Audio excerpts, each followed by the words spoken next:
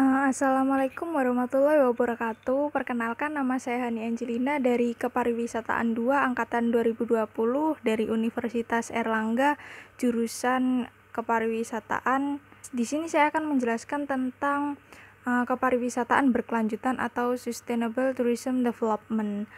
Jadi prinsip-prinsip pariwisata berkelanjutan adalah pembangunan pariwisata berkelanjutan yang intinya berkaitan dengan usaha menjamin agar sumber daya alam, sosial, dan juga budaya yang dimanfaatkan untuk pembangunan pariwisata pada generasi ini agar dapat dinikmati untuk generasi yang akan datang. Pembangunan pariwisata harus didasarkan pada kriteria keberlanjutan, yang artinya bahwa pembangunan dapat didukung secara ekologis dalam jangka panjang sekaligus layak secara ekonomi, adil secara etika dan sosial terhadap masyarakat.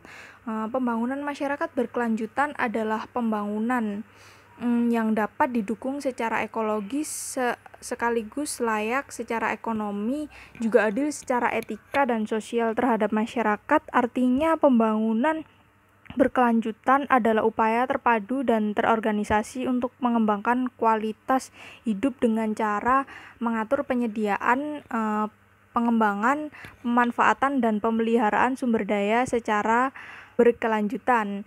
Hal tersebut hanya dapat dilaksanakan dengan sistem penyelenggaraan kepemimpinan yang baik atau good governance, yang melibatkan partisipasi aktif dan seimbang antara pemerintah, masyarakat, dan juga pihak swasta.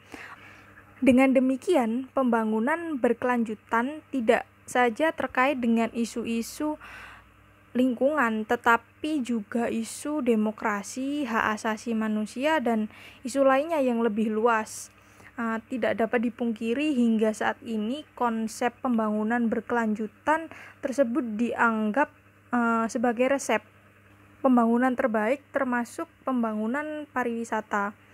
Pembangunan pariwisata yang berkelanjutan dapat dikenali melalui prinsip-prinsip yang dielaborasi, yaitu antara lain adalah keikutsertaan para pelaku atau stakeholder, kepemilikan lokal, penggunaan sumber daya secara berkelanjutan mewadahi tujuan-tujuan masyarakat, perhatian terhadap daya dukung, monitor dan evaluasi, akuntabilitas, pelatihan, dan juga promosi. Yang pertama adalah partisipasi. Masyarakat setempat harus mengawasi atau mengontrol pengembangan pariwisata dengan ikut terlibat dalam melakukan visi pariwisata, mengidentifikasi sumber-sumber data yang akan dipelihara dan ditingkatkan, serta pengembangan tujuan-tujuan dan strategi-strategi untuk pengembangan dan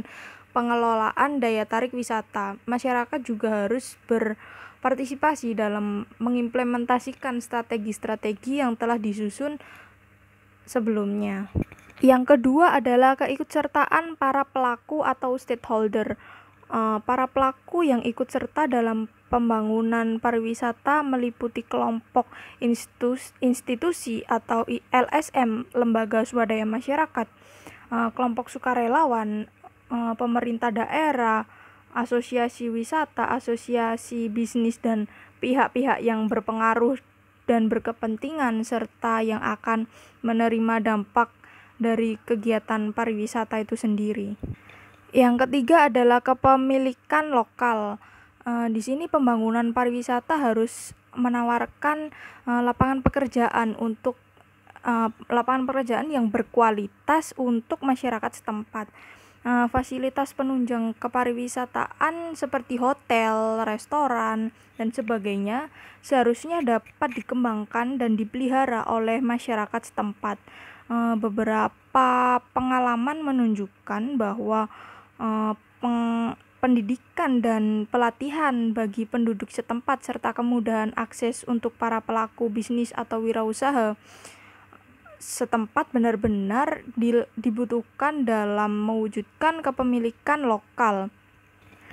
Lebih lanjut, keterkaitan keterkaitan antara pelaku-pelaku bisnis dan masyarakat lokal harus diupayakan dalam menunjukkan kepemilikan lokal tersebut. Yang keempat adalah penggunaan sumber daya yang berkelanjutan. Pembangunan harus dapat menggunakan sumber daya dengan berkelanjutan, yang artinya kegiatan harus menghindari penggunaan sumber daya yang tidak dapat diperbarui secara berlebihan. Hal ini juga didukung dengan keterkaitan lokal dalam tahap perencanaan, pembangunan, dan pelaksanaan, sehingga pembagian keuntungan yang adil dapat terwujud. Dalam pelaksanaannya, kegiatan pariwisata harus menjamin bahwa sumber daya alam dan buatan dapat dipelihara dan diperbaiki dengan menggunakan kriteria-kriteria dan strategi standar internasional. Yang kelima adalah mewadahi tujuan-tujuan masyarakat. Di sini tujuan-tujuan masyarakat hendaknya dapat diwadahi dalam kegiatan pariwisata agar kondisi yang harmonis antara pengunjung dan wisatawan tempat dan masyarakat setempat dapat terwujud. Misalnya kerjasama dalam wisata budaya atau cultural tourism partnership dapat dilakukan mulai dari tahap perencanaan, manajemen, dan juga pemasaran. Yang keenam adalah daya dukung. Daya dukung atau kapasitas lahan yang harus dipertimbangkan meliputi daya dukung fisik, alam, sosial, budaya. Pengembangan dan pembagian harus sesuai tentunya dan serasi dengan batas-batas lokal dan lingkungan. Rencana dan pengoperasiannya seharusnya dievaluasi secara reguler sehingga dapat ditentukan penyesuaian atau perbaikan yang dibutuhkan. Skala dan tipe fasilitas wisata harus mencerminkan batas penggunaan yang dapat ditoleran. Yang ketujuh adalah monitor dan evaluasi. Kegiatan monitor dan evaluasi pembangunan pariwisata berkelanjutan mencakup penyusunan pedoman, evaluasi dampak kegiatan wisata, serta pembangunan indikator-indikator dan batasan-batasan untuk mengukur dampak pariwisata. Pedoman dan alat-alat bantu yang dikembangkan tersebut harus meliputi skala nasional, regional, dan juga lokal. Yang kedelapan adalah akuntabilitas. Perencanaan pariwisata harus memberi perhatian yang besar pada kesempatan mendapatkan pekerjaan, pendapatan, dan perbaikan kesejahteraan masyarakat lokal yang tercermin dalam kebijakan pembangunan, pengelolaan dan pemanfaatan sumber daya alam seperti tanah, air, udara, alam seperti harus menjamin akuntabilitas serta memastikan bahwa sumber-sumber yang ada tidak dieksploitasi secara berlebihan. Yang kesembilan adalah pelatihan. Pembangunan pariwisata berkelanjutan membutuhkan pelaksanaan program-program pendidikan dan juga pelatihan untuk pembekalan pengetahuan masyarakat dan meningkatkan keterampilan bisnis, vokasional dan profesional. Pelatihan ini sebaiknya meliputi topik tentang pariwisata berkelanjutan, manajemen perhotelan, dan juga serta topik-topik yang relevan. Yang ke-10 adalah promosi. Pembangunan pariwisata berkelanjutan juga meliputi promosi penggunaan lahan dan juga kegiatan yang memperkuat karakter landscape, sense of place, dan identitas masyarakat setempat. Kegiatan-kegiatan dan penggunaan lahan tersebut seharusnya bertujuan untuk mewujudkan pengalaman wisata yang berkualitas dan memberikan kepuasan bagi pengunjung dan juga wisatawan. Baiklah, terima kasih. Itu tadi adalah penjelasan dari saya mengenai Tourism Sustainable Development atau pariwisataan berkelanjutan. Kurang lebihnya saya mengucapkan terima kasih. Wassalamualaikum warahmatullahi wabarakatuh.